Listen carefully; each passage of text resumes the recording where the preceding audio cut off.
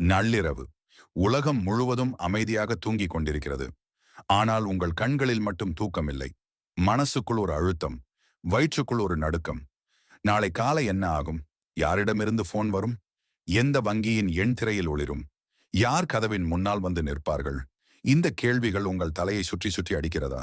ஒரு நொடி, இது எல்லாம் முடிந்தால் நிம்மதி கிடைக்குமா என்ற பயங்கர எண்ணம் உங்கள் மனதின் ஓரத்தில் மின்னியதா?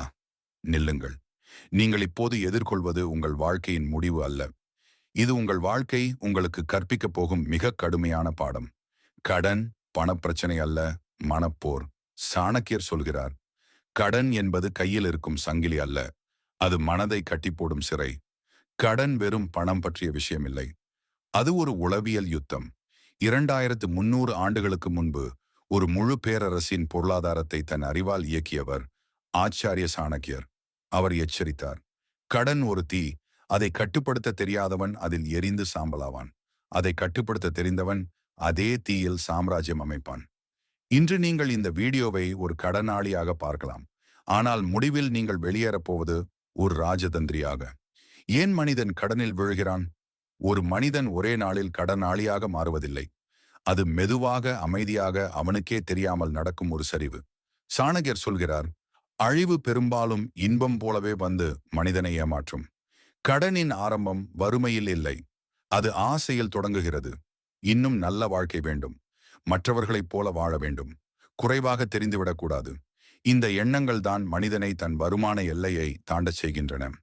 இன்றைய உலகம் மனிதனை யோசிக்க விடுவதில்லை. EMI, offer, discount, easy credit. இப்போ வாங்கிக்கோ, பிறகு பார்த்துக்கலாம் என்று உலகமே சொல்கிறது.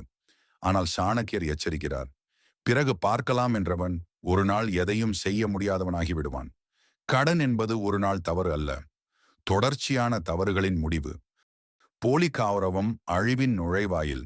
மனிதன் பசியால் கடன் வாங்குவதில்லை, மரியாதைக்காக வாங்குகிறான். சாணக்கியர் சொல்கிறார், மரியாதை வேண்டுமென்றால் வாழ்க்கையை எளிமையாக்கு, ஆடம்பரமாக்காதே. பக்கத்து வீட்டுக்காரன் என்ன சொல்வான்? உறவினர்கள் மதிப்பார்களா? சமூகத்தில் என்ன இமேஜ்? இந்த 3 கேள்விகள் தான் பல குடும்பங்களை அழித்திருக்கிறது. ஆடம்பர திருமணங்கள், அவசியமில்லாத வாகனங்கள், ஸ்டேட்டஸ் காட்டும் பொருட்கள், இவையெல்லாம் வெளியில் கௌரவம் போல தெரியும், ஆனால் உள்ளே நிம்மதியை கொன்று புதைக்கும். சாணக்கியர் வாழ்ந்தது ஒரு குடிசையில், ஆனால் அவர் உருவாக்கியது ஒரு பேரரசு. ஏன்?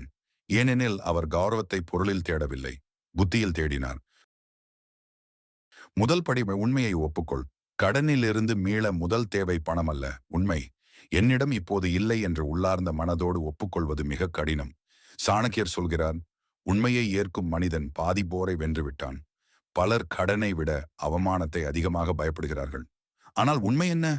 கடன் இருப்பது அவமானம் அல்ல, அதை மறைப்பதே அவமானம். நீங்கள் உங்களிடமே பொய் சொல்லும் வரை உங்கள் மூளை வழி தேட ஆரம்பிக்காது. நான் கடனில் இருக்கிறேன் என்று உங்களை நீங்களே ஏற்றுக்கொள்ளும் நொடி மீட்பு ஆரம்பமாகிறது. கடன் கொடுத்தவரை எப்படி எதிர்கொள்வது?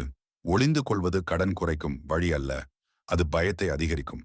சாணக்கியர் சொல்கிறார், எதிரியை எதிர்கொள்ளாதவன் அவனுக்கு அடிமையாகி விடுவான். போன் எடுக்காதீர்கள், வீட்டில் ஒளியாதீர்கள். நீங்களே முன்னே செல்லுங்கள், நேருக்கு நேர் பேசுங்கள், அமைதியாக, நிதானமாக. இது என் நிலை, நான் ஓடமாட்டேன், ஆனால் எனக்கு நேரம் வேண்டும். இந்த பேச்சு பல கடன் கொடுத்தவர்களின் கோபத்தை கரைக்கும். ஏன் என்றால் அவர்களுக்கு உங்கள் உயிர் வேண்டாம், அவர்களுக்கு பணம் வேண்டும். நீங்கள் உயிரோடு இருந்து உழைத்தால்தான் அவர்களுக்கும் பணம் கிடைக்கும். செலவுகளை கட்டுப்படுத்துவது பின்வாங்கல் அல்ல. பலர் நினைக்கிறார்கள் செலவு குறைப்பது ஒரு தோல்வி. சாணக்கியர் சொல்கிறார், தந்திரமான பின்வாங்கல் தான் மிகப்பெரிய வெற்றியின் ஆரம்பம். இன்று நீங்கள் ஆடம்பரத்தை நிறுத்தினால நீங்கள் தோல்வியாளர் அல்ல, நீங்கள் போராளி. Netflix, brand, outing, status expenses, இவையெல்லாம் இப்போது உங்கள் எதிரிகள். சாணக்கியரின் புகழ்பெற்ற உவமை, சூடான கஞ்சியை நடுவிலிருந்து குடித்தால் வாயெறியும், ஓரத்திலிருந்து குடித்தால் வயிறு நிறையும். அதுபோல சிறு சிறு செலவுகளை முதலில் குறைக்க தொடங்குங்கள். பணத்தை கண்காணி, ஒற்றன் போல. சாணக்கியர் ஒரு அரசை அதன் படையால் அல்ல, அதன் கணக்கால் காத்தார்.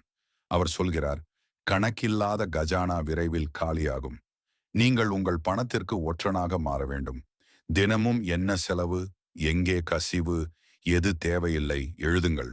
பாருங்கள், உங்களுக்கே அதிர்ச்சி வரும். அந்த அதிர்ச்சி தான் உங்களை மாற்றும் மருந்து. வருமானம் ஒரே வழி போதாது, சாணகியர் சொல்கிறார், ஒரே ஆதாரத்தில் நம்பிக்கை அறிவாளிக்கு அழகு அல்ல. ஒரே சம்பளம் பெரிய கடனை அணைக்க முடியாது.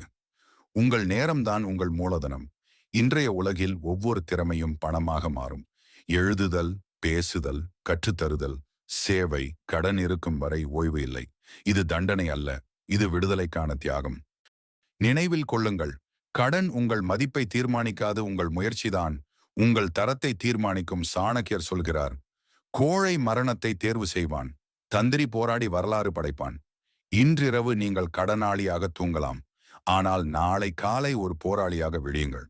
இந்த வீடியோ உங்கள் மனதில் ஒரு ஒளியையாவது ஏற்றிருந்தால் ஐ ஆம் ஃப்ரீ என்று காமெண்ட் செய்யுங்கள். அதிகாரம் உங்கள் கைக்கு வரட்டும். உங்கள் கஜானா எப்போதும் நிரம்பி இருக்கட்டும். வெற்றி நிச்சயம்.